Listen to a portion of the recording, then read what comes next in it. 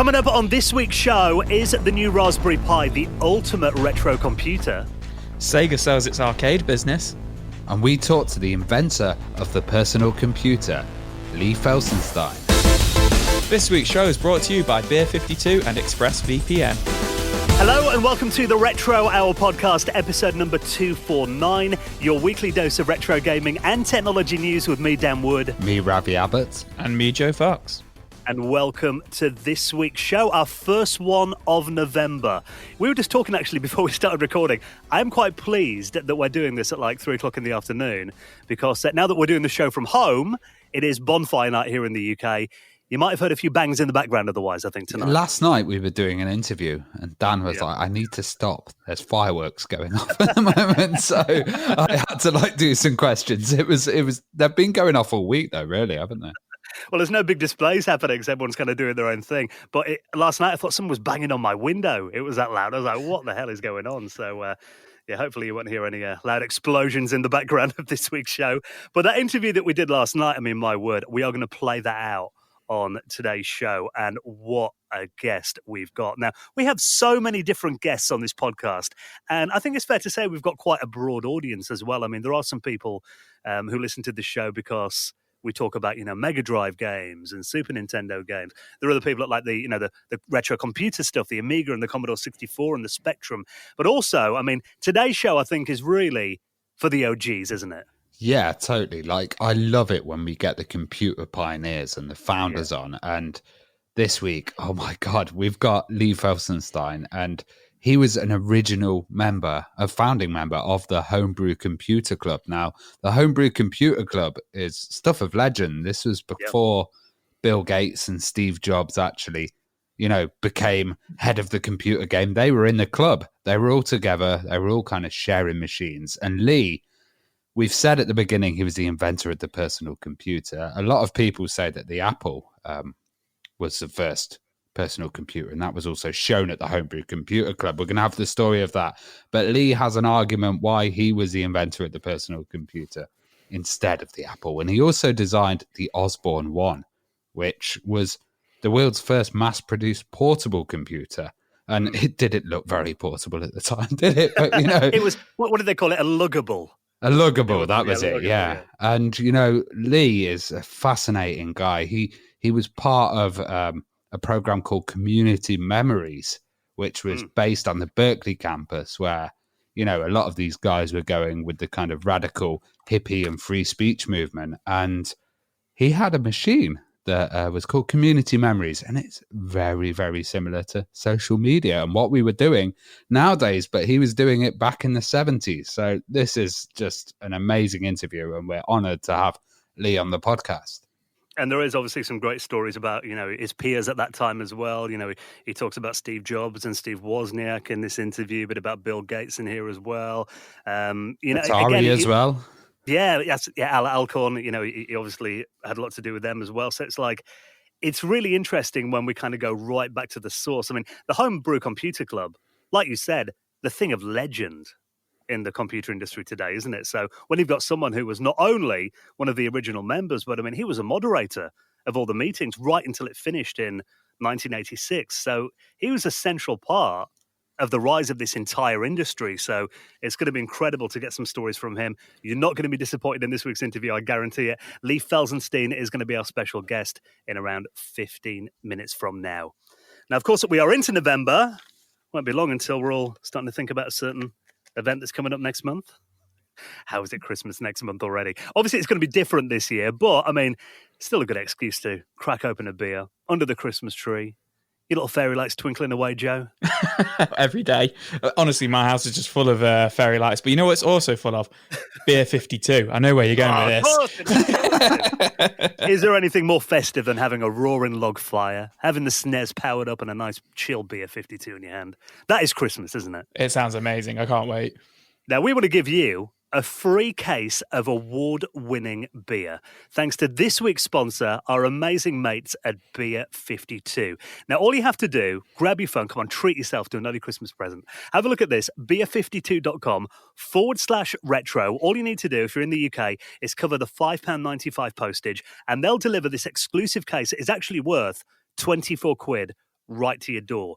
Now, if you're not familiar with Beer 52, they've been a massive supporter of our podcast for a couple of years now. So, please return the favour and take advantage of this brilliant offer. They are beer boffins who are on a mission to find the best beer anywhere on the planet. And every month they visit a different country and find the best small batch breweries and sample their finest craft beers. And then they carefully crate them into a case and send them out to their lucky members. Now, they've got 150,000 members around the world at the moment. They are the world's most popular craft beer discovery club. And we all love Beer 52. Whenever we have, events and stuff, or when we could get together, there was always a case of Beer 52 as well, wasn't there?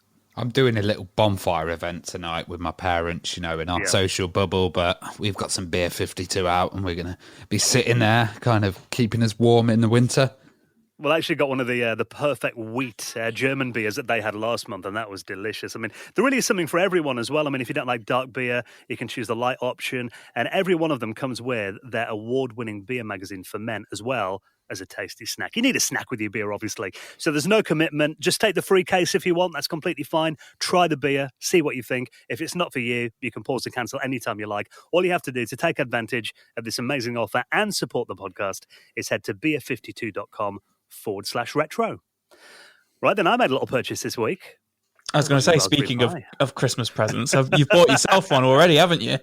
I have. I treated myself. It's funny because I posted this on one of the retro gaming Facebook groups that I forgot my wife was in as well. Whoops. Now, my wife is not, she's not into video games. I think there was some reason one time my phone had died and I wanted to post something. So I borrowed a phone and opened Facebook and joined this group. And then yesterday I thought, I've ordered one. And then she just replied with, the emoji with the raised eyebrows. Well, this is the brand new Raspberry Pi 400. And I've seen a lot of people in the retro gaming community getting very excited about this because the difference is, it is essentially a Raspberry Pi 4, but it's rejigged and put into an all-in-one case. And this really harks back to kind of the machines of the 80s when you used to get like a computer and a keyboard and everything was all internal, like the Commodore 64 and the Spectrum. So a lot of people are kind of comparing it to that. When we had Eben Upton on, he was talking about them actually releasing something a bit bigger than a single board computer. And he talked about the kits as well and how the retail store really helped him release these kits. I think this is a really cool idea, especially for people who are really desperate for a machine. And looking at the components from it, it's basically like a keyboard, old style, like, an Atari would be in there or an Amiga, but it's a sloped keyboard and it's got the components on the inside. Now, for me, the keyboard quality looks really like one of these generic kind of keyboards that you just get on eBay or one of these little travel ones. It's not very big. It hasn't got a numpad or anything. I hope the keys are all right on it. I'm sure they probably will be. But what I'm really impressed is by the back, it has the GPIO ports at the back. And they're exposed. They're exposed. Has them all exposed, so you can attach whatever device you want, like old school. It's a bit like a serial port or something. I really like the idea. It is, and I agree with you there. That was one of the first things that I thought when I looked at it, because I've got several Raspberry Pis in cases, but if you ever want to do anything with the GPIO port, it normally means leaving the top of the case off, doesn't it? Or having wires trailing out the side, and it always looks messy. So that was, it kind of reminded me of like the tube interface on the BBC Micro, which we know that obviously the Pi is heavily influenced by Acorn's machines. Evan told us that when he was on, obviously. And I think, they're kind of aiming this at anyone who wants a low-cost PC. It says here you can play games on it, do schoolwork, learn how to program, and they're selling for £67. Or if you want like a kit that I've got at home actually waiting for me, it arrived last night. I've got to say, it came in a much smaller box than I thought it would. It's literally, I thought it was going to be like a big shoebox or something, but it's, less than the size of it quite light? Yeah, really light. The actual size of it, it's less than a sheet of A4 paper, the box. Wow. And probably about 3/4 the size of a piece of A4. It's very small.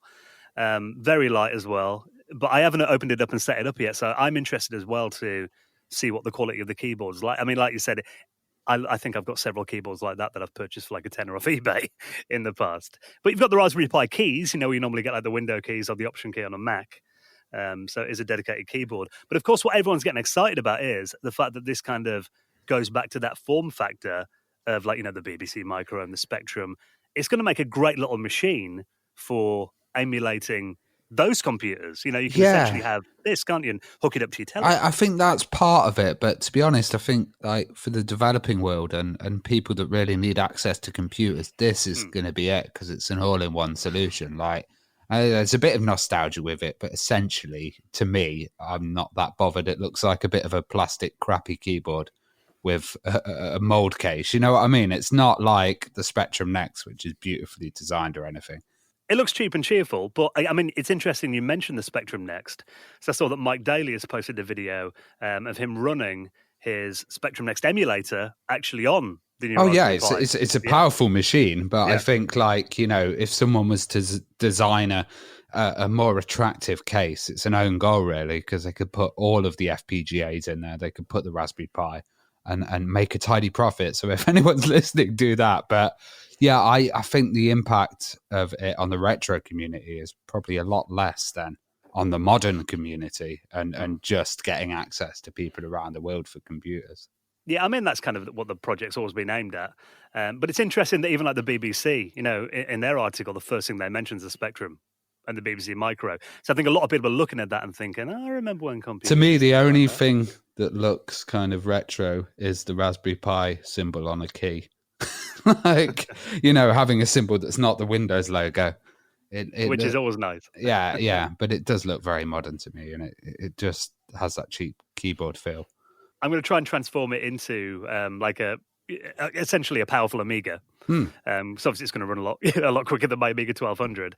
And I think just having a device like this where, because I've got like a Raspberry Pi, and if I want to take it like to my brother's house or something, bring in a keyboard and bring in all the hard disk or a USB drive or something, it is a bit cumbersome trying to get it all set up. But I think a little device like this, where essentially you plug in like a USB controller or even have it wireless, I think for a portable emulation machine, it is quite tidy. Oh yeah, and like in Corona, if you've got your kids and you're struggling to get setups, you just give them this. They've got Minecraft on it. They've got all the latest browsing kind of stuff, and they can watch videos, do whatever. So it's a good solution for lots of different things. I'd love to see what starts to happen with these and the mods and custom versions that we'll get.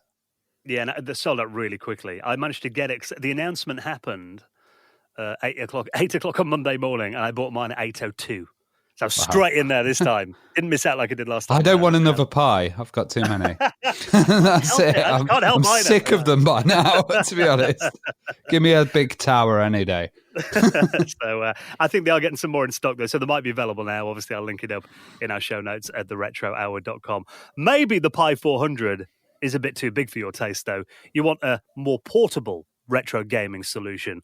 What about the RG280V? Catchy name.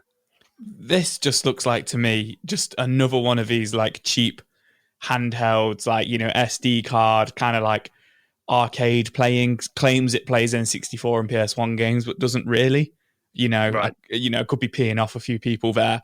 But this aren't we negative Nellies in today's show? We are, aren't we? A little bit. But this comes from a company called, is it Anbernic? The Anbernic, is it? Yeah, the Anbernic RG280V. Which has come out this week, and it's come out at $80. But yeah, essentially it looks like half a Game Boy.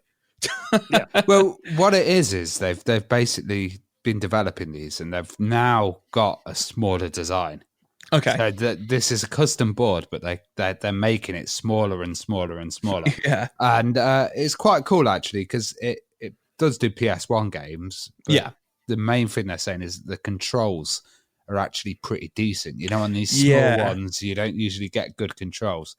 But the OS also lets you do all kinds of stuff. Like you can use it as an MP3 player. Okay. You can use some apps on there, and do different things. So I think it's got potential to be like a system, and the screen looks quite clear. But I've not heard of this company before. No, I've not heard of it either, but it boasts that it's got a 2.8-inch screen. And then the actual unit itself isn't that much bigger, because it's literally the screen, and then just below it, you've got your buttons, and you've got your 4 front-face buttons, the D-pad, and start and select. And it comes with a 64 gigabyte internal storage, or it could be an SD card. It doesn't actually say on the description. But it says it's got 5,000 games, so I'm curious whether those 5,000 games. I think it was 64 gigabyte. Yeah, Yeah, that's what they were saying. Yeah, I think the 5,000 games must be preloaded. But on the trailer, they're running Ridge Racer on it, which looks like it's going to be a load of ROMs just chucked on there. Yeah, it's just going to be loads of. There's going to be loads of ROMs. There's going to be 7 versions of Super Mario on there or something like that. But the price, like for US dollars, it's $79 US. Yeah, so it's not an expensive one, but I've seen so many of these, say they're going to play, they can play PS1 and N64 games, and then when it comes around to it, they literally play Ridge Racer, and that's it. Anything else you tried to play on it, it just doesn't work. So I'm not convinced. I'm not convinced that I'm going to be asking for one for Christmas. Yeah, the look of it actually reminds me of the Nintendo Game & Watch, kind of the colours, and you've got that kind of brushed metal look on the front as well. Yeah, a little bit. Yeah, I mean the design of it reminds me of the Game Boy, the original Game Boy, like half a Game Boy. Yeah. Or one half of the Game Boy SP, if you remember the Game Boy Advance SP, if you remember that one that flipped. It reminds me of just the screen of that with the buttons on the bottom. It does look Nintendo-y, definitely. It does look Nintendo. It does come in red as well, which I think is the one. I'm looking at the silver one. I think Dan is saying the red one for the Game & Watch. But yeah, it'd be interesting to see some reviews come up. I'm sure some famous YouTubers will probably get their hands on it and give it a little review. But yeah, it's the shoulder buttons are saying that were actually quite nice on it, apparently. The L1, L2, R1 and R2 you were mentioning there. To me, they look uncomfortably placed, because if you're playing with the D-pad, you've essentially got to stretch your fingers right round the top of the screen to get to them. You say that, but it's only a 2.8-inch screen, so the unit itself is probably only, 3.5 inches, 4 inches. So I wouldn't say that's much of a... It's all right. You've got manly hands, Joe. He's got rock hands. Guitar player hands. But yeah, I mean, I don't know. I mean, with the buttons as well, I don't know the actual word for it, but like they're sideways rather than front and back for the L and R buttons, which is interesting. But apparently because of the L2 and R2 are more raised, apparently it's actually really comfortable to play with. Apparently, obviously we haven't got our hands on them. But yeah, I'm more curious to see whether actually. Let's wait for Retro Futures video. Yeah, he'll do a good review of it. Pretty much, him and Metal Jesus Rocks will probably do one on it as well.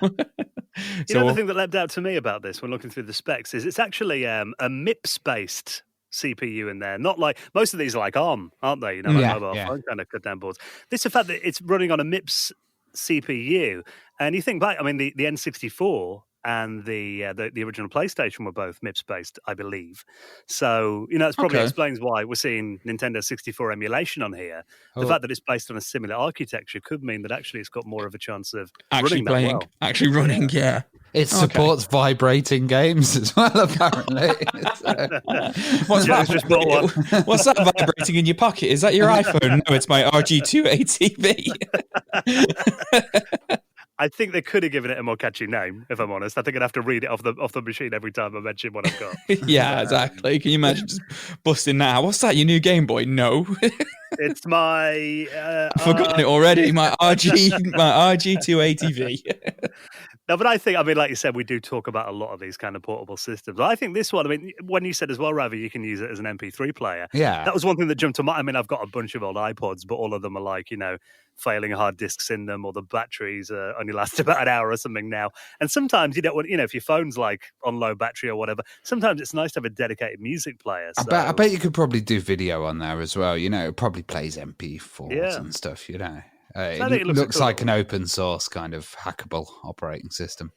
Yeah, it looks a cool little device. So if you want to get hold of one of those, I'll link that up as well. Now, some big news from Sega. It seems every week Sega have got a headline announcement that we talk about on the show. Now, though, they're selling off their arcade business. What's going on here? Yeah, so we heard earlier how they'd sold one of their buildings in Akihabara, yeah. Akihabara, everyone's going to tell me off for pronouncing that incorrectly. Akihabara? No. Akihabara. Yeah, that's it. It is Akihabara. No, I'm going to say, we got a load of comments last time that we're all saying it wrong, apparently. I've been there, and I still say it wrong. Akihabara, yeah. Now, what's happened is Sega Sammy, the parent company of Sega Entertainment, has announced they will be selling off their arcade business. Now, Sega's always had an arcade business. It's kind of like the foundation of their company, really. It was always getting those arcade games out first and then, putting that onto console or actually that's probably the most successful division at the moment still, isn't it? But without them creating consoles. But what they're saying here is they were expecting a loss at the end of this year of $191 million, which is due to the pandemic, people not using arcades, amusement facilities. And, they don't think that they can recover from that kind of loss. So they've sold it off to this other group called Gender. And that's really interesting. It's like they've kind of sold their arcade legacy off just because they know that's going to destroy them. I thought Sega were doing well. And then I saw this, I was a bit like, wow. Yeah, it's sad. It's really sad. And like you say, it's, that must be such a big hit for Sega, to lose that amount of money. And it just kind of goes to show how much they were still making from arcades in Japan. But what's interesting is they've sold it, but they've sold 85.1% of it. And then they're keeping the remaining 14.9% to themselves. So they're going to still partly own it, but obviously they won't have full control. They won't have full control at all. No, but they'll be part of it. So I would imagine it's still going to be the Sega arcades and stuff like that. But yeah, like you say, we covered it last month, didn't we? Where their original arcade tower, arcade buildings closed down. So not surprised to see it coming, but it is just a shame to keep seeing COVID just kind of destroying all these businesses. What do you think this holds for arcades in the UK? Because I know Arcade Club have opened up in Blackpool, and it's like I've seen that they've been able to operate, which is good, and that the people still seem to be getting numbers. So maybe, well, not for the next month. No, are they allowed to at the moment? Oh, no, it's a full. They'd be closed as well. So that must be a tough business in the UK as well. I think it's different in the UK because obviously in the UK they're not these arcade clubs and stuff like that. They're all independent. They're usually backed by one guy, or a couple of guys, kind of doing it off their own back, buying arcade machines off eBay and kitting them out or doing them up, and then opening essentially a bar with lots of arcade machines. But in Japan, it's, they're still run by like Taito and Sega and, it's the big companies which are now taking these massive hits from COVID.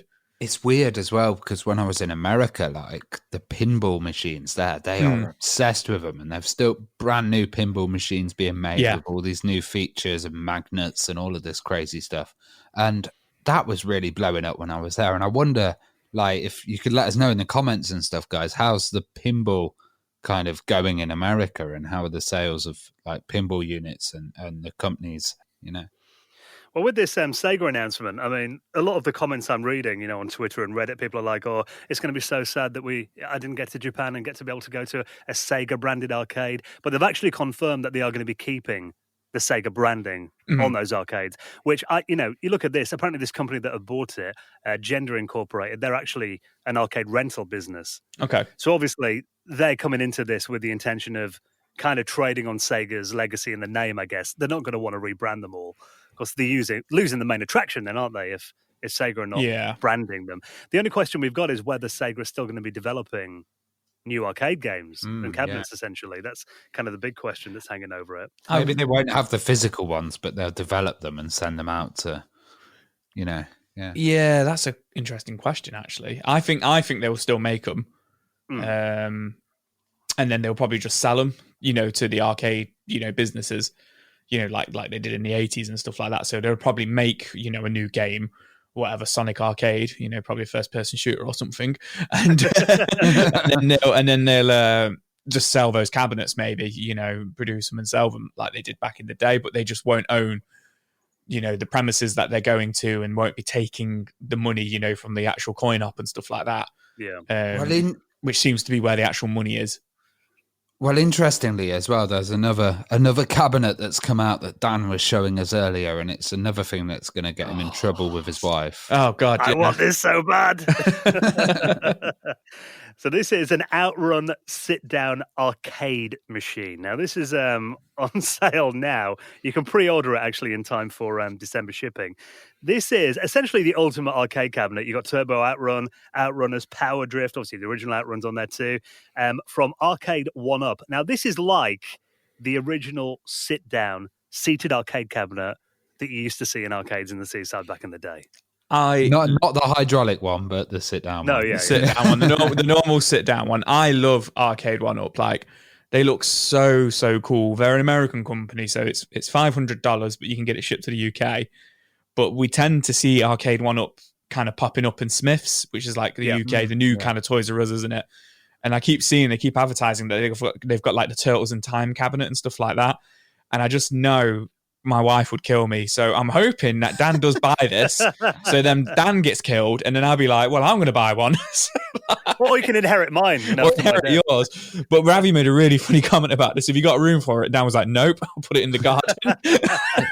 Joe, you can just get it cheap in the divorce. And yeah, exactly. But I think what's really cool about this is it's like the Star Wars one. It's got the actual sit down part of it, which is really cool because of the thing is with these Arcade 1-Up cabinets is they're 3/4 scale to the original. Yeah. And I'm quite tall, so I can only ever think like if it's only a 4-foot tall cabinet, it'd do my back in. But yeah, I love this Outrun run because you do actually get the seat with it, which is really cool. And it looks like the seat's adjustable as well. Yeah. So, you know, if you are really tall. Isn't it? It's a separate part, so you can just kind of move it wherever you want. Not like the original way it was all joined together. Yeah. And you can store sweets under the seat. Sweets and beer 52. Yeah. Oh, what a weekend that would be. That would be a very good weekend. But yeah, you get the pedals with it as well, which is really cool. You get the steering wheel, the gear stick. So, you know, I wonder whether, you know, we're talking about Arcade Club and stuff like that, whether in 10, 20 years we start seeing these pop up in these like arcades and stuff like that, you know, as alternatives. But yeah, this looks really cool. And they come as flat pack as well. So a little bit different to putting up your desks and stuff like that. You know, I've seen a lot of comments today that people, you know, especially, you know, in the retro Facebook groups and that, people, but it hasn't got a CRT built in. And okay, admittedly, that was a big part of the original experience for me, you know, looking at that CRT scan lines and stuff on there. And they don't look quite the same on a flat screen, but I can see why. I mean, God, this is something they're going to send you in the post. Yeah. The original arcade cabinet, you need like a removal band. CRT in the post. The way you said that, they sent it in the post. Like if the postman's putting it through your letterbox. What have you ordered? It's like one of these magazines where, like, you know, you subscribe to it and you get a piece of it each week to build. I keep missing the postman. It ends up with dear old Brenda next door. I can't imagine taking delivery of an Outrun cabinet for me. That might be pushing my luck slightly. So, yeah, I mean, if that is a great Christmas present, though, no chance of me asking Santa for that this year, unfortunately. I know I'm going to get knocked back, but I can dream. Right, then, we are going to be chatting to this week's special guest, Lee Felsenstein, in just a minute, one of the pioneers, possibly the inventor of the personal computer. He's going to be on in just a sec. Before we do that, let's give a big thank you to another huge supporter of the Retro Hour podcast, our amazing friends at ExpressVPN. Now, we did mention that as of today, actually, when we're recording this, the UK is back in lockdown again for the next month.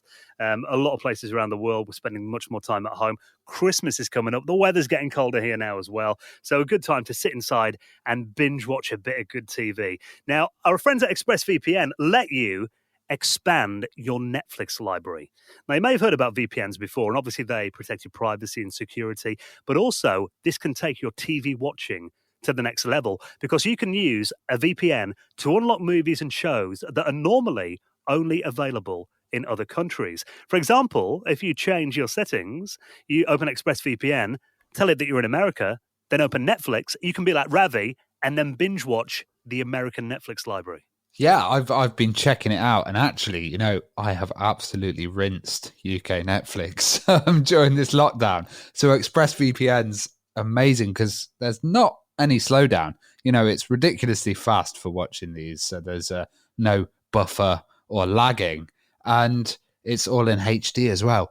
Now, the shows I've been watching that aren't available are Chappelle Show with Dave Chappelle. If you've ever seen that, it's so funny. The 100, which is a really cool sci-fi series, and Snowden as well, which is a fantastic film. Yes, I mean, it essentially lets you watch Netflix libraries from almost 100 different companies around the world. That is a fair bit of TV to keep you going for the next few months, isn't it? For example, if you love anime, you could connect to the Japanese Netflix. There's so much on there as well. And also it works with other streaming services. Maybe you're based in America or Australia, you want to watch BBC iPlayer, you can do that. You can watch Hulu from the UK, different, YouTube videos that are region locked, you can watch them. There are hundreds of VPNs out there, but like Ravi said, ExpressVPN, ridiculously fast, no buffering, stream in HD, no problem at all. And it works on all your devices, phones, media, console, smart TVs. So you can watch wherever you are, even on the go, thanks to our friends at ExpressVPN. Now, we want you to give them a try and help out this podcast, and you will get an extra 3 months of ExpressVPN for free. And of course, support the show by doing it. Watch what you want and protect yourself as well. So all you have to do is nip onto this website right now, expressvpn.com/retro, expressvpn.com/retro, thanks to ExpressVPN. Now, if you're loving the Retro Hour at the moment, I mean, we get comments off people saying, I wish you guys did a couple of shows a week instead of just one. We've answered your prayers. Yeah, we're doing the Retro Hour After Hours podcast, and really enjoying it actually because it's quite chilled. There's a lot more swearing on it. It's a bit like us kind of just relaxing and talking about editing technology and nerdy based. So that was an hour long, our last one. We've been interviewing each other. So first it was me, and then we did an interview with Joe, and then Dan will be in the hot seat for the next episode. It was good because we recorded it and released it a bit earlier on this week. Like I said, we had probably about half an hour chat with you, Joe, kind of grilling you on all aspects of your life. But we chatted about loads of different stuff as well. I mean, even a bit of modern. I was about to say, we spoke a little bit about the PS5, a little bit about the Xbox Series X. I think that's what it's called. Yeah, when we talk about our game collections, what we've been doing. I mean, we're talking about reorganizing game collections and stuff as well, new things that we picked up. It's always, like Ravi said, it's a much more relaxed show. We put the mics up, we chat for an hour or so, and people are really enjoying it so far. It's got a nice vibe, I think. So, and the idea is that there's no real format to that show, so we're going to swap it up and kind of do different things and experiment with it. So if you want to check out our second podcast, and we're doing a couple of these a month at the moment, you can do it by becoming a patron of the Retro Hour. And for doing that, of course, you ensure the future of this podcast as well. It all goes back into the running of it. It really supports us, helps to pay for all our costs as well. And of course, you will get a mention in a future episode in the Retro Hour Hall of Fame. Like this week, thank you so much to Marius Anderson, Web Nerd, Scott Maguire, Ryan Vaughan, and Hams Crombine, who all made donations into the running of the show. And if you'd like to do the same, you'll find it right now. You can back us on Patreon at theretrohour.com. Right, then next, we're going to be joined by one of the original members of the Homebrew Computer Club, the designer of the Osborne One, and the inventor of the personal computer. Lee Felsenstein is our guest next on the Retro Hour podcast.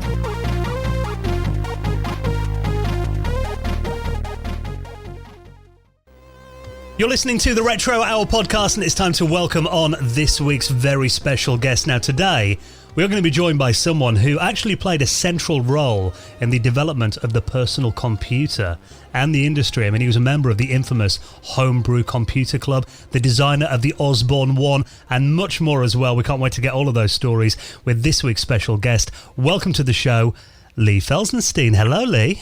Hello, thank you. Now, before we get into the stories of these products that you worked on and these amazing things that you've been part of, I know you were born in Philadelphia. I was actually reading that you and your brother started a computer club in school. 1959.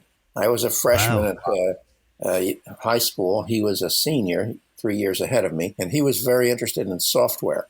And he had gotten books out of the library from the 1940s on the first computers, and they were technical books. And so he showed me some schematic diagrams in the book of flip-flops or something like that, made with vacuum tubes, valves over there, and said, can you make this work? Can you build this? I had my little basement electronic workshop at the time, which is more a place to hide than anything else. And the relationship was such that I really couldn't say no. So I said, I think so. And I was then the chief engineer of the club. We we probably made some relatively functional circuits. The only problem was we had absolutely no professional advice, and Philadelphia was the center of the computer industry at the time. Remember, the ENIAC computer was made at the University of Pennsylvania there, and many companies were spun off from that. Theoretically, I could have picked up the phone, looked up the number for Dr. Mauchley or Eckert, and given them a call and said, we were some high school kids and we wanted to get into computers. Maybe could your company perhaps send someone over to advise us? And of course, as a high school freshman, I couldn't do that. And so our circuits worked about 50% of the time. And that's because we had no good concept of clean signals. That is to say, pulses that didn't go up and down when they're supposed to simply go up, then down. And we were using a method of triggering that is simply taking a bare wire and flicking it against a metal contact. And wow. There's no better way to generate a random pulse train than that. So 50% was about as good as we could expect. Well, obviously, your passion for computing started when you were young. You went to college at UC Berkeley, and did you study computing there then? And what was kind of life like? So I know that led you to work for Ampex Corporation as well. Well, first of all, I did not acquire a love of computing as a high school student. In fact, I acquired a dread of computer hardware. I was an analog, not engineer to be. I'm certainly no engineer then, but I became convinced that this digital business was just too critical. One little error, and the whole thing collapsed. And so I decided I would remain with analog electronics, and I did. I enrolled at UC Berkeley in the electrical engineering and computer sciences department. It's one department. I didn't have any choice in that. And signed up for the general curriculum, not the computing curriculum. They didn't have much of a computing curriculum then. So it wasn't until 1970 that I finally broke through the barrier. Now that's 10 years after that high school experience. And I had become a fairly decent young analog engineer and worked for 2 years at Ampex doing analog design, high-speed tape duplicator electronics. When I was presented with a choice of either resigning or taking up some tasks involving computers.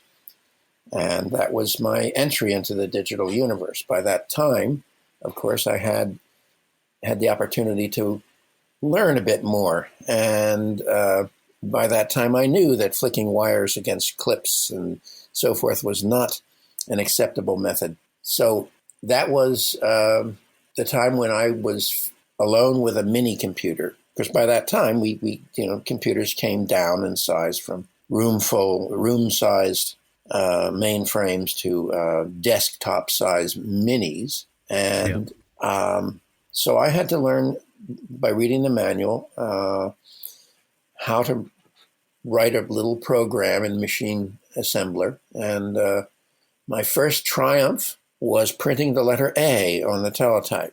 And my heavens, that was a triumph. I probably have never gotten over it. So at Ampex Corporation, we were developing a system that could today be handled by a digital video disc, a DVD recorder. But then it took a room size mess of equipment. Of course, it was for an entire college, and it was for delivering illustrated lectures to a number of remote student positions, and it was all controlled by a Data General Nova mini computer. Now you can say, well, what kind of Nova? Well, they just had one kind. It was called the Nova. And they then began to develop models of it. So that was my first computer. And the hardware design of that, the interfacing to it, which is what I was responsible for, was really terrible. and I have never played with a Nova since then. Well, I had an experience there of being responsible for one of the boards in the system, which was called the tone detector. At any rate, I discovered that we had a serious problem because the master tape recorder, a studio grade AG440 machine on which the material for our prototype system was recorded, had a characteristic in which it would respond to bursts by temporarily going crazy. And I brought it to the attention of the other engineers. I mean, I was the lowest on the totem pole then. And said, we have to control this. We need automatic gain control, AGC. And the meeting said, no, just freeze the design as we've done it and go on. Well, I persisted, and I had a board with AGC in it in development. Finally, they insisted, and I froze the design the way they wanted it, which was unreliable. Years later, well, 2 years later, I was standing in front of the desk of Al Alcorn, vice president of engineering of Atari, seeking a job. That was actually 1974, 4 years later. 2 years after that event, that is to say 1972, after I'd left Ampex, I went back to sort of jeer at the fellows who'd stayed. Most of them had been laid off. They said, yes, we finally found out that we had to use AGC on that design. And I said, oh, well, let me look at the schematic. And I took a look at it, and I noticed the person who had signed off on it was Al Alcorn, whom I'd never heard of. And he was really somebody almost junior to me. He was in the video file division, and that system was moved over there just before I left. Well, there I was standing in front of Alcorn's desk trying to explain, without him asking about it, why he had to clean up that mess and how it really wasn't my mess. Well, he wasn't even looking for design engineers at that time. He was looking for manufacturing engineers. And that was the end of the discussion. And so Steve Jobs accompanied me back out of the office. And I had, at the time, brought some materials from the social media system, Community Memory, that I had been helping establish, with the idea that possibly Atari would be interested in this social media stuff. Never got a chance to show them to Al Alcorn, but I tried to discuss them and show them to Steve Jobs, this kid wearing a white shirt and a skinny black tie. But he made little side-to-side motions of his head, which indicated to me his desire to get out of this situation. And that was my meeting with Steve Jobs. See, because everyone talks about the fact that Steve Jobs was a revolutionary and forward-looking, but I mean, when you presented this, vision of what the future became, he just wasn't interested then. Exactly my point. But of course, futures are in the future. They're not here. Could we talk for a sec about Community Memories and the kind of program? Because that was really interesting. It was in the Berkeley free speech movement, and, it was massively pioneering as well. Thank you. Yes, it was. It evolved from my experience in the Berkeley free speech movement. That lasted 2 months in 1964. It was a victory against the unconquerable administration of the University of California, which itself had been tasked with organizing the atomic bomb project. So, we were never going to win that, but we won. We won political freedom on campus. And that, like all revolutions, I call it a revolution because it is a mass participation event. It overthrows an existing order, and it has consequences far beyond expected results.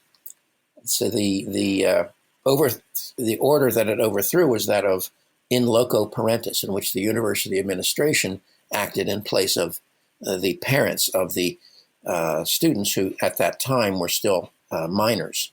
The age of majority was 21. Well, the unexpected consequences was the counterculture. And it was amazing to participate in, to be there while all sorts of things opened up. Apparently 5,000 students, by our best guess, left the university and went to establish communities like the Haight-Ashbury. And I wanted life to be like that all the time. So I pursued the question of, as an engineer, how could I, with the technology I had learned about, facilitate this process? And that led to my exploration in media. I joined the Underground Press for a while and wrote for them. Then I discovered that the structure of print media itself was the problem, and groped about in the counterculture as it was developing in Berkeley and San Francisco, so that by 1970, based upon some experience that I'd had when Ampex sent me to learn the basic computer language at a service bureau, I was exposed to computers on a network, which is nothing like network computers today. But nonetheless, it made the point that a network computer system had no geographical center or presence, and you could organize communities of interest through it. That became clear to me at that time. So I said, that's what we want, a network of computers. And then I straightened up and said, but where am I going to get a computer? Remember, 1970, where at the time I was being introduced to mini computers. So they were, we were coming together. In 1971, I had an answer to that question because a group of people had left the University of California in 1970, computer science students these were, with the hope of bringing computer power to the counterculture. And they had organized the donation, in effect, of a real mainframe computer designed for time sharing, an SDS 940. And it happened to be, we didn't know this at the time, the very same computer on which Doug Engelbart had run his mother of all demos. And of course, we were playing in the pool that included, Engelbart at a higher level, but a lot of his people and so forth. We were in touch with the Menlo Park and Xerox Palo Alto Research Center group and so forth. And they did help us. Some of them came up and helped us put that computer up. I was the poor fool who had to maintain it without ever being trained how, and did my best, and it sort of worked. And we put together an information retrieval system, and one in which the index words were not predetermined. And that makes it a more difficult process. In fact, Ricky Greenblatt, I guess at the time he was called Richard, a legendary hacker from MIT, had visited us and challenged us to design an information retrieval system in 24 hours. Fortunately, being hardware, I didn't participate. But that was the genesis of our information retrieval system. And so we got it together, and then we said, okay, we're ready to be a bulletin board online for the various counterculture, call them institutions. There were some called switchboards whose purpose was to essentially build little communities of interest by being a point of contact by telephone, having little cards, file systems, and so forth. Well, we went nowhere with that. No one was willing or able to spend $150 a month to rent a teletype terminal, which is what you used in that time. And some librarians we talked to said, well, you seem to have a library here, but no books on the shelf. Why don't you put some books on the shelf and see what happens? And a friend of mine who I brought in, Ephraim Lipkin, realized that, okay, we could put some terminals out in public and see what accumulates. And we did that. In August of 1973, we opened the first terminal in Berkeley at the student-owned record store. It was really easy to get permission to do that from the student government, the student senate. And that was the beginning of the first public access social media computers-driven system. So it's in the history books. You can look it up. And I've written a history of that's been published in an anthology called Social Media, Archaeology and Poetics, by an editor, Judy Malloy, Malloy, and published by MIT Press in 2016. And, well, when did you become aware of personal computers then? When did you first see a micro? I encountered the personal computer before it existed.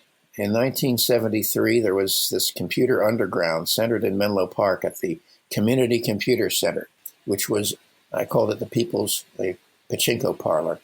It was set up so kids could come and play games on teletypes. I think it was the prime mover there was Bob Albrecht, who published People's Computer Company, really an underground paper for this particular community.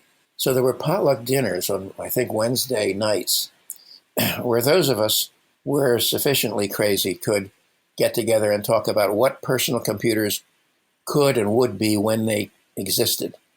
That's where I encountered the ideas, but we didn't have microprocessors at that point. They were in their infancy, not really sufficient for the task. However, we could discuss a large number of other topics, and the problem I was facing at Community Memory was how to make terminals survive in public. A teletype requires somebody to be present to clear paper jams and things like that. It wasn't suitable.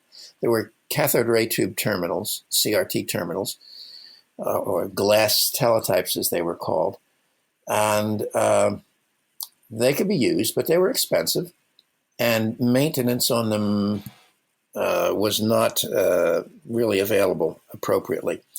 So I faced that problem, and at that time, my father, who had become the new ager of the family, sent me an essay by Ivan Illich, who is a Catholic philosopher who had left the church, but he wrote about how people in Central America learned radio when it arrived in their area, and within 2 years after radio arriving in the remote jungles, there were people there who could fix radios. And of course, they were always there. They didn't go to school to learn that. They learned it on the radios that were there. I had learned radio and TV electronics that way. And so he pointed out that there was a dimension that he called conviviality that had to be considered in design. At least this was what I took away from his essay. And I concluded from that it would be possible to design a piece of computer equipment that could serve as a terminal and grow into a mini computer, which would protect itself by growing a computer club around itself. And so I developed a specification of such a device. Being an engineer by then, that's what I could do. And in fact, printed it up and sold the specification for 25 cents among this computer underground. I called it the Tom Swift Terminal, and Tom Swift is a boy's fictional character from the 1910s age who was constantly inventing things. It's sort of a Thomas Edison fantasy for boys. And I said, in honor of the character most likely to be found tampering with the equipment, I'm naming it the Tom Swift Terminal. So it was built to attract people, attract geeks, to tamper with it, and not only would it not break, but it could be expanded. So I felt at that time the Intel 8080 processor was just appearing, and it cost a tremendous amount of money. It was $350 for a single chip. And that was in 1973 money. Inflation has jacked that up by a factor of maybe 5. So I said, microprocessors, they're too expensive, maybe sometime in the future. But I made it expandable so you could add the microprocessors. And in the article I published in People's Computer Company, I had a phrase saying, well, you could add things, maybe even a microprocessor. That's my answer to your question. I created the future more or less by inventing it there. And I can't claim to have invented the microprocessor or the personal computer, and I'm putting an asterisk on that because I will tell you later why I feel I actually did invent the personal computer. Well, your Tom Swift terminal was kind of a tractor for geeks, and did that lead to you becoming a founding member of the Homebrew Computer Club? Yes, it did. One of the people who hung around the Community Computer Center was a radical pacifist named Fred Moore, and he wanted to learn about computer hardware. And so he collected names and addresses and contact information from anybody who would listen to him as they came through the door, and built up a bit of a contact list. At the time when the Altair was announced in 1975, everybody was thrilled by this, and they finally sent a unit to People's Computer Company for review. And that made the rounds of various people. And Moore decided he wanted to organize a computer club around this.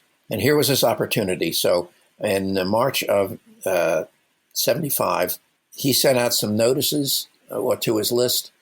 Amateur computer group, first meeting, met in a garage, and we all looked at the Altair, and the question was, what do we do?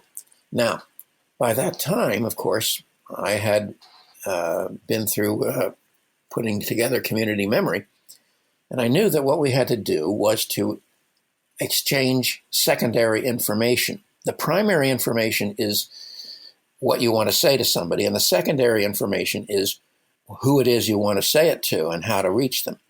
And so we'd been doing this with community memory, and we could do it in the garage, just with people.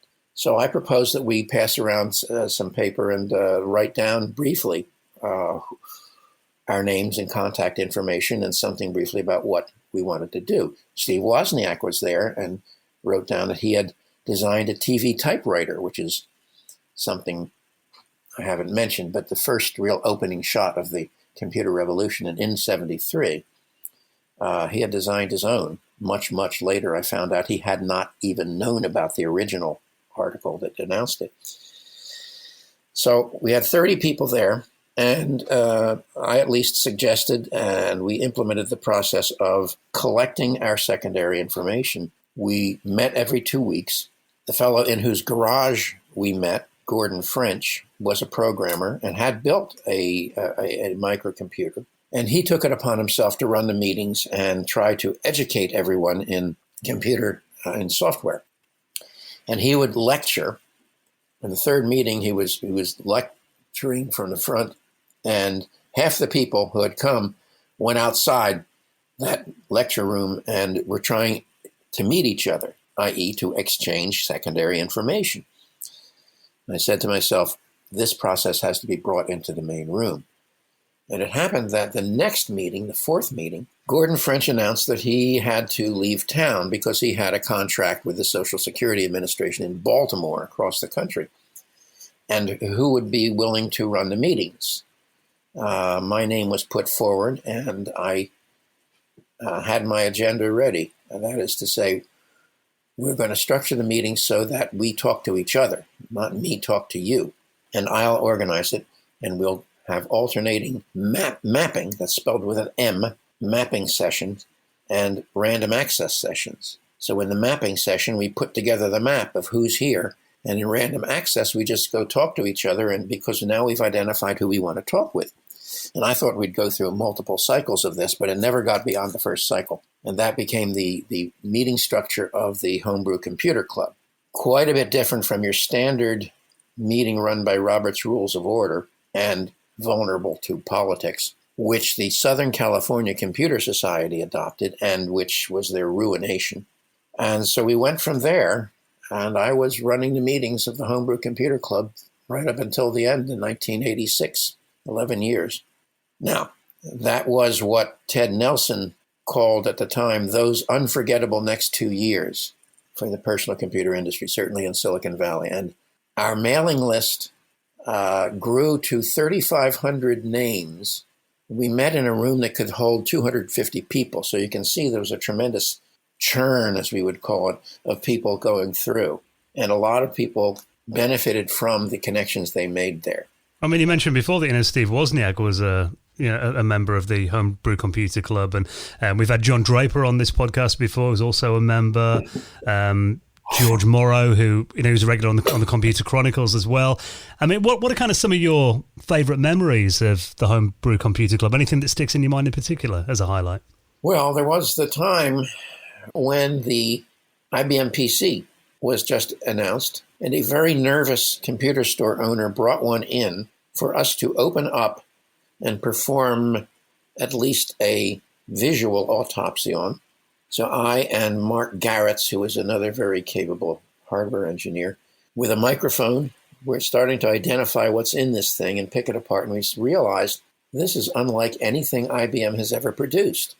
This is made with parts we all recognize and that we could get if we needed to. And I don't know whether we had the manual for that at the point, which the manual simply printed the schematics and the source code of the BIOS and everything. So we realized that IBM, who was the bête noire, the black beast in the background, who was going to come in and take it all over as soon as they saw anything worth taking over, we were afraid of them. And so we just continued with our heads down and built our personal computers and wrote our software. And now IBM had awoken, and they came up with something which was basically using our methodology. And our big problem with IBM was their methodology.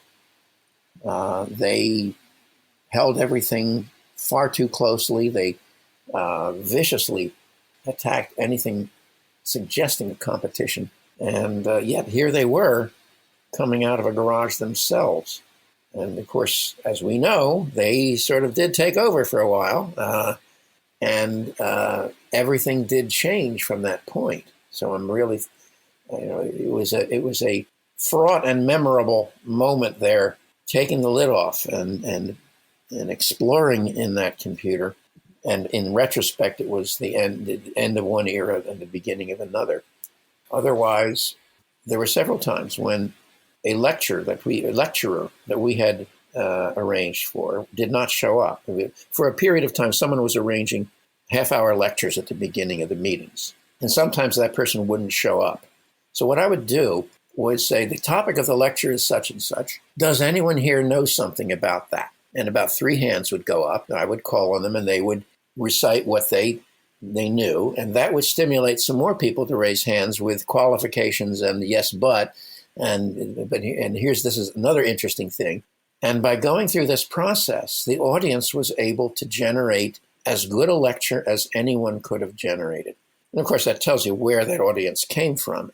These were not just random people off the street. This was people in the computer industry, most of whom by that time had not had the opportunity to have access to a computer, and each of whom sort of holographically had a piece of the puzzle. And we brought it together in those lectures. Very happy about those. But otherwise, there's, it resolves through some quips. And there was one point when Steve Jobs showed up, 1976. They were finishing up the Apple I. Now, Wozniak had been there every meeting. He came in early with some high school students, Chris Espinosa, and he would work on his Apple Basic. He would claim the only seat in the lecture hall which had an electrical outlet. And he was always there, and he never spoke. In 1981, he introduced himself to me at a party and said, you probably don't recognize me, but my name's Steve Wozniak. Well, everyone knew who Steve Wozniak was in 1981. And he said I was too shy to speak. Well, in 76, the spring of 76, Steve Jobs, whom I sort of recognized from Atari, was standing there behind Wozniak saying nothing. I remember thinking to myself, who is that rat-faced kid who's hanging around with Wozniak and not saying it? And, well, when we broke up into the random access session, he came down where everybody poured out into the floor of the auditorium and began talking. He was running around frantically trying to listen in on every conversation.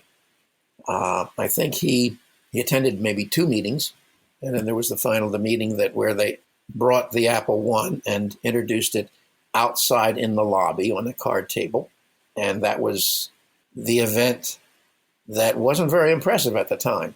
I mean, yes, they had a little computer, and yes, it did video, and that's nice. But at that time, I had already developed the video display module, the VDM1, using shared memory, which meant it would run as fast as the program would run. The video in the Apple I was Wozniak's TV typewriter. And that one could only put a character up on the screen every time the video sweep went around. That's 60 times a second. And so you really couldn't do graphics or anything on it. You could just display text. Now, I will claim that it's not a personal computer if you can't do high-speed video on it. And that's a controversial statement. Nobody's ever proven that.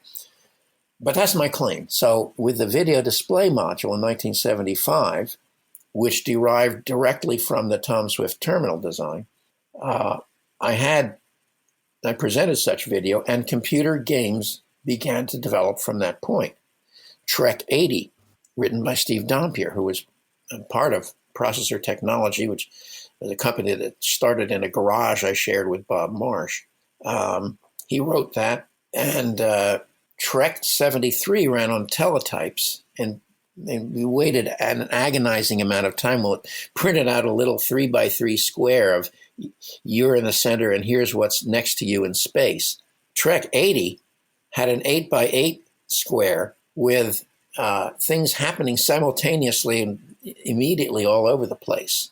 And it was a real computer game as we know them today, an interactive computer game, I guess you'd say. So the shared memory video allowed that to happen. Wozniak, with his sequential memory video on the Apple I, couldn't do that. So I will claim that the Apple I was not a personal computer. It was certainly a microcomputer. It could certainly be owned by a person, but it wasn't a personal computer by my standpoint. Was this video display module also used in the Sol, which was a machine that you developed? When I was finished with the prototyping of the VDM-1, Bob Marsh came to me and said, now, we want you to design a computer built around that VDM-1. And that was the Sol. And of course, he had an approach from Popular Electronics magazine, which had introduced the Altair. They were the hegemonic magazine at the time. And they had requested an intelligent terminal. And so Bob decided we would develop a computer, call it an intelligent terminal, and hide the fact that it was a real computer from Popular Electronics magazine. Of course, Les Solomon, who's the guy at Popular Electronics who was in charge of that, figured it out instantly as soon as he saw the thing, and asked me. I had been sent to New York to show it to him. What would prevent me from plugging in a BASIC on an S100 card and running games on this thing? And I said, well, that beats me. I don't know the answer to that. In fact, I said yes without saying yes. The Sol went for about $2,000. But of course, with that, you got everything you didn't get with the Altair, which was, serial interface, parallel interface, cassette interface, video, and 8 places to plug cards. And the Altair gave you more, but that was about it. So the Altair, as it was first announced, was not complete in that there was nowhere to plug in a terminal. All you could do was flick switches on the front panel, which Steve Dompier did with his Music of a Sort program to run music on it. He showed that at the third meeting of the Homebrew Computer Club, and that was definitely an event worth remembering. The entire place erupted and cheered because he had used the noise, the electrical noise generated by the computer received by a radio as his output device. See, this is the kind of genius that convivial design and attracting the geeks got us. And Bill Gates, who was then just another kid who was peddling BASIC, wrote a letter to the computer or the personal computer press of the time, the People's Computer Company, saying, this program has no output. How can it work? I mean, they had published the program, but Gates is saying, this can't work. It's obviously a fraud. Yeah, well, in software, you don't know about noise. You don't know about hardware, but you had to do the hardware to do the software and for personal computers, and that's what Dompier did. Well, one really interesting device, the Xerox note taker from Xerox PARC. What did you think of that machine, and how did that influence the Osborne? It was a significant influence in the sense of the idea of a computer in a suitcase, in effect, and because we literally copied the outlines of it for the Osborne. The Osborne one was Sometimes people call me the father of the Osborne One. I was not. Adam Osborne was the father of the Osborne One. I was the mother. He engaged me and gave me 25% of the company to develop the design, plus a small amount of money so I could survive. And he knew already what the computer was supposed to look like. It was supposed to have these pockets in it to store the floppy disks, and 5-inch display screen, 2 single density floppy disks, keyboard that folded up and sealed the case. He had all that already. And in fact, that had come from a specification written by a fellow named Blair Newman, who, together with Trip Hawkins, who's a name you'll know from gaming, were consulting to Apple, and they had this idea for a CP/M computer just like that. They presented it to Steve Jobs, and Steve Jobs told them to, never do that again. And the design could have floated around in the computer society of the time. Adam Osborne was involved in that society. He clearly picked it up. So the outline of it, I would say that probably Blair Newman was the one who appropriated the note-taker outline. There were 10 note-takers ever built. They were at Xerox PARC, and I saw one of them in one of my backdoor visits there. It was a graphics machine, and it had a huge joystick. It weighed 50 pounds. So we weren't copying all of it by any means. The Osborne was perhaps the last computer designed by one person. I did have help on disk electronics drive, that is to say, the drive that mounts on the floppy disk, because we had to use multiple sources for floppy disk drives. And so we wanted to buy, this was Adam's idea, we would buy the bare metal floppy disk and put our own electronics on it and save a great deal of money. Now, it turns out he didn't realize that if you do that, you have to adjust some parameters on the electronics for the characteristics of each individual floppy disk. You had to, it's sort of an alignment process. And so it didn't prove to be as cheap as he thought it would be, but that's what the Osborne was. But I like to say that the number of designers of a computer is equal to the number of crystals in the computer, its frequency determining elements. And the Osborne one had one crystal and everything was locked to it. So when you got noise showing up on the display screen, it did not move and therefore was not noticeable. And that made a big difference because there was noise there.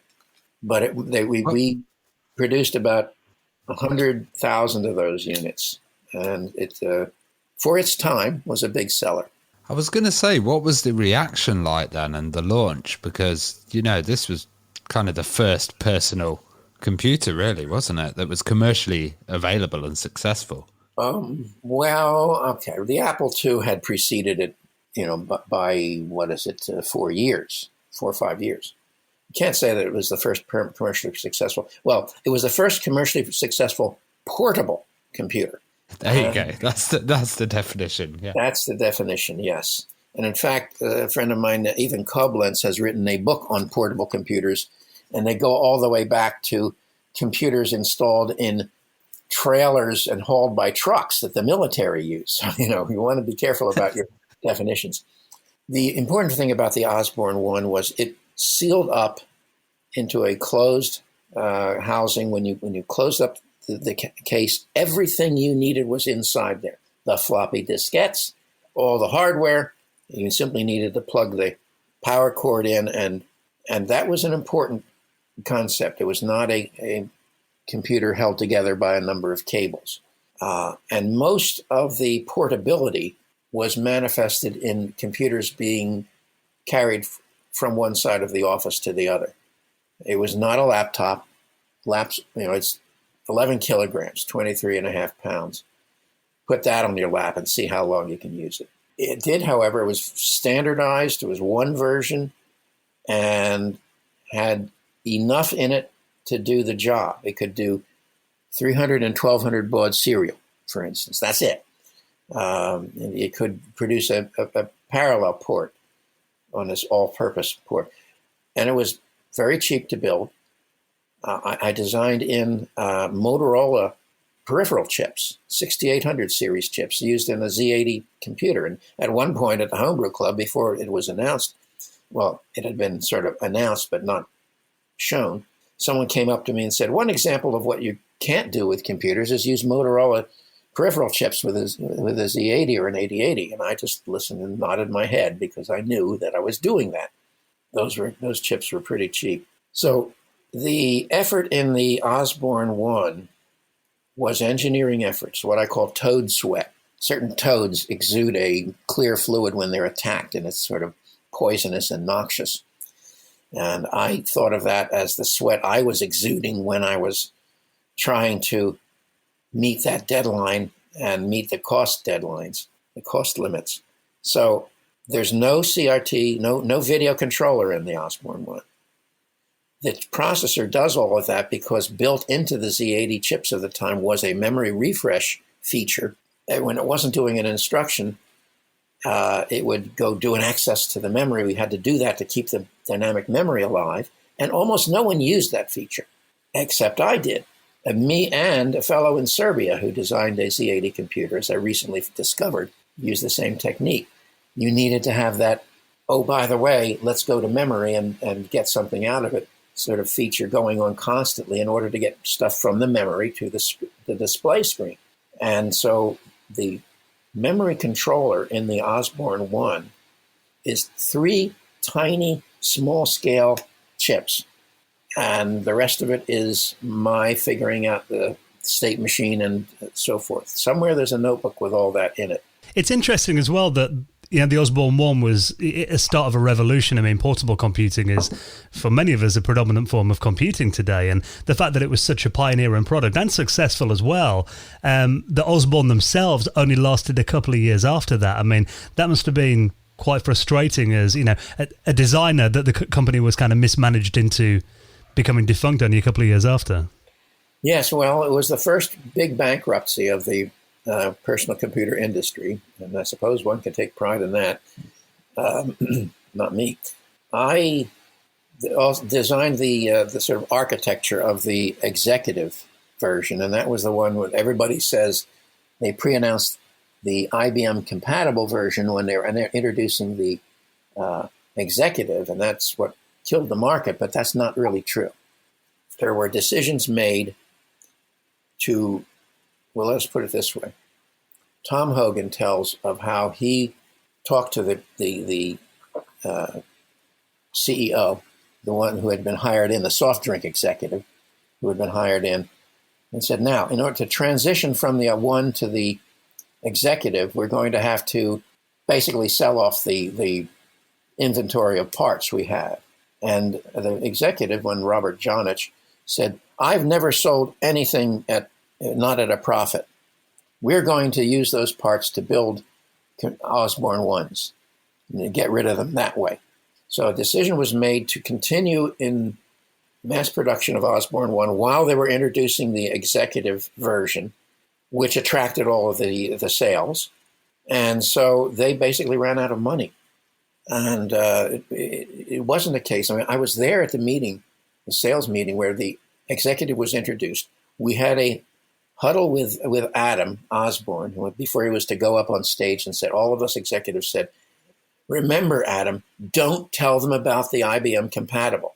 And he went up on stage, and as the crowd was cheering as he wrapped up his speech, and he said, and if you think that's something, just wait till you see the IBM compatible. Now, the audience did not suddenly fall silent. They kept cheering the executive. Adam came off the stage, and we said, Adam, why did you do it? And he said, oh, it's just a simple process. It's going to be a little board you plug into the executive. That's what he thought it was going to be at that time. But really, it was not the pre-announcement of that killed Osborne. The damage was done from the beginning. My feeling is that after the first 6 months of operation, organization or lack of it was so pervasive that only you'd need to restart the whole company.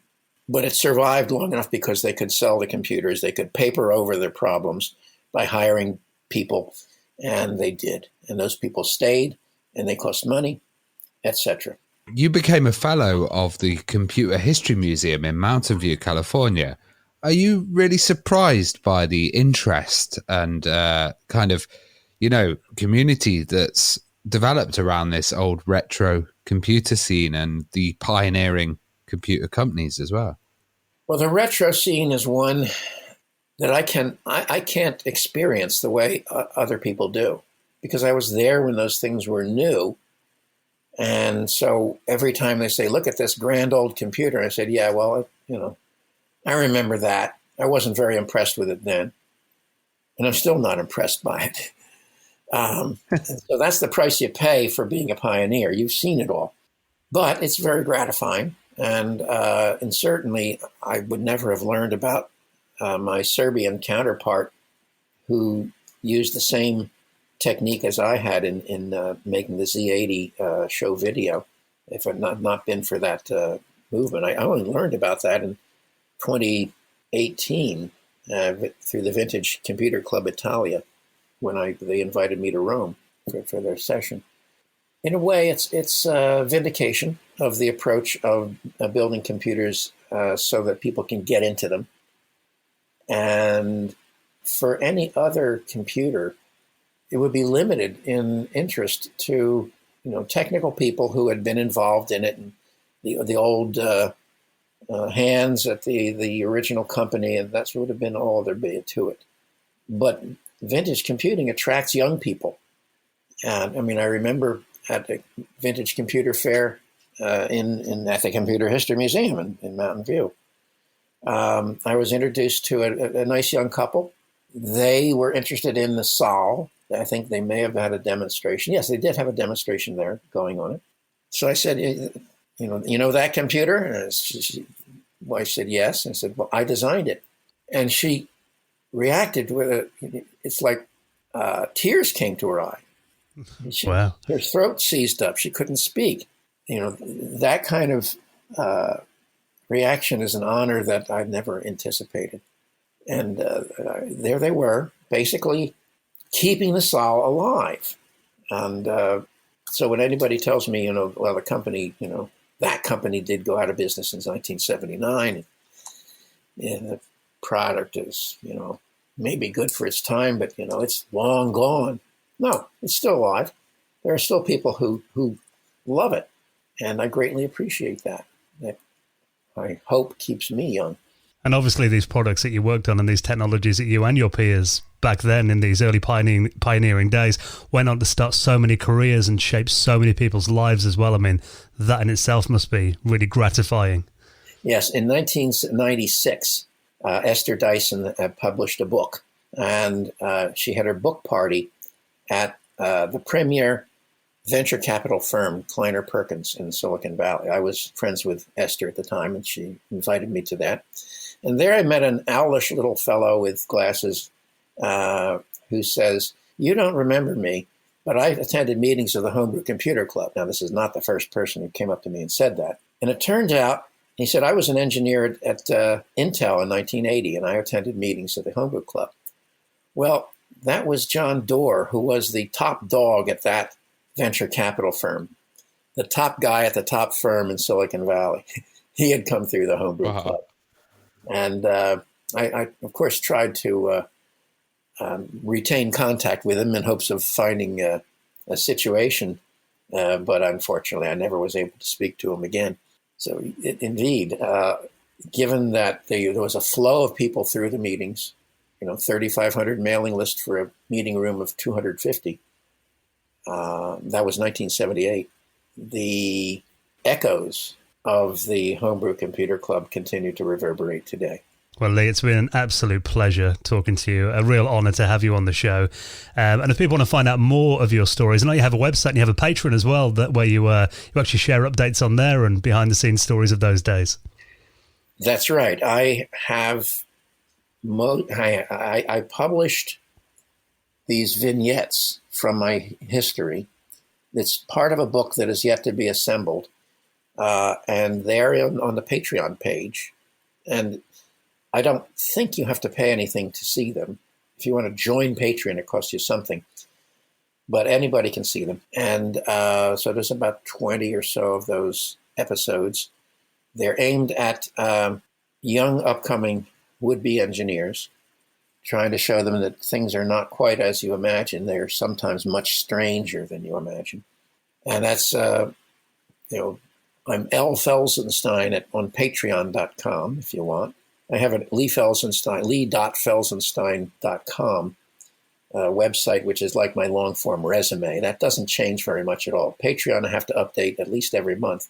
And I've got another one I have to submit, another essay that I've got to write for this month. So I have that online presence. And I'm not that much of a social being online. I'm addicted to Facebook like many people, but I try hard to control it. Well, Lee, I'll link up your Patreon and your website in our show notes, so I encourage everyone to go and check it out. Thank you so much for taking the time to talk to us this week. It's been wonderful to have you on. It's been fantastic. Yes, and as I say, watch the skies. I'm not done yet.